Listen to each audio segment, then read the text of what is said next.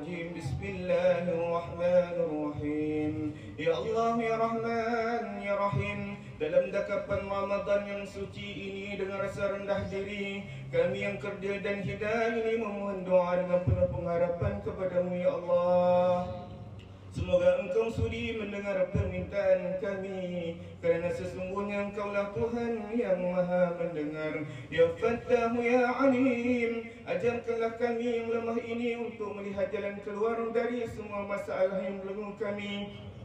Bukakanlah hijab kepada kami yang tak mampu melihat setiap kebaikan pada kejadian dan takdir-Mu. Ya Allah, takdirkanlah yang baik-baik untuk diri kami. Janganlah Kau menguji kami pada yang apa yang tidak mampu kami lalui.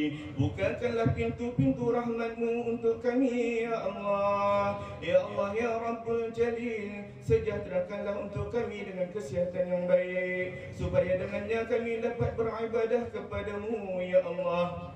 Ampunkanlah segala dosa kami, kerana kami terlalu banyak dosa kepadamu, Ya Allah. Kami lupa akan Engkau ketika sihat, kami ingat padamu bila ditimpa sakit. Kami lupa padamu ketika senang, kami ingat padamu ketika dalam kesusahan. Kami lupa kepadamu di saat kami gembira, kami ingat padamu ketika sedih dan kecewa. Kami habiskan usia muda dengan keseronokan dunia. Kami mula mengingatimu ketika usia sudah tua.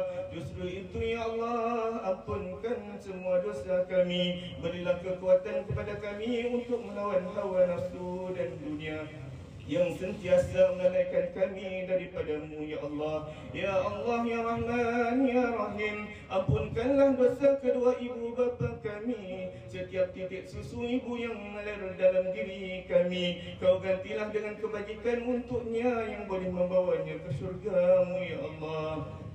Ya Rahman, pada setiap keringat yang mengalir pada tubuh ayah kami dalam mencari rezeki kepada keluarga kami, Kau gantikanlah dengan keampunan yang membawa ke syurga-Mu, Ya Allah. Sesungguhnya pengorbanan mereka tidak akan mampu kami membalasnya. Bahkan terkadang mereka hidup dalam kesusahan dan kesempitan, sedangkan kami berada dalam kesenangan dan kemewahan. Justru gunakanlah kepada kedua ibu bapa kami tempat yang istimewa di syurga-Mu, Ya Allah. Ya Allah, kami juga mohon ampun untuk kaum kerabat kami, sahabat-sahabat kami dan guru-guru kami yang terlebih dahulu pergi meninggalkan kami ke alam barzah.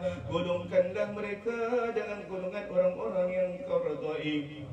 Apabila tiba pula giliran kami menuju ke barzah-Mu, maka Kau ambillah kami dalam keadaan kami yang baik-baik, dalam keampunan rahmat-Mu, Ya Allah. Ya Allah, Ya Aziz, kurniakanlah kepada kami jiwa yang tenang dan tenteram.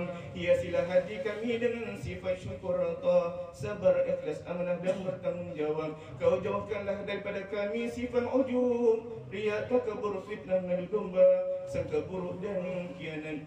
ربنا تقبل منا دعاءنا إنك أنت السميع العليم وتب علينا يا مولانا إنك أنت التواب الرحيم. دعوات سبحانك اللهم تهيتم في السلام آخر دعواهم والحمد لله رب العالمين.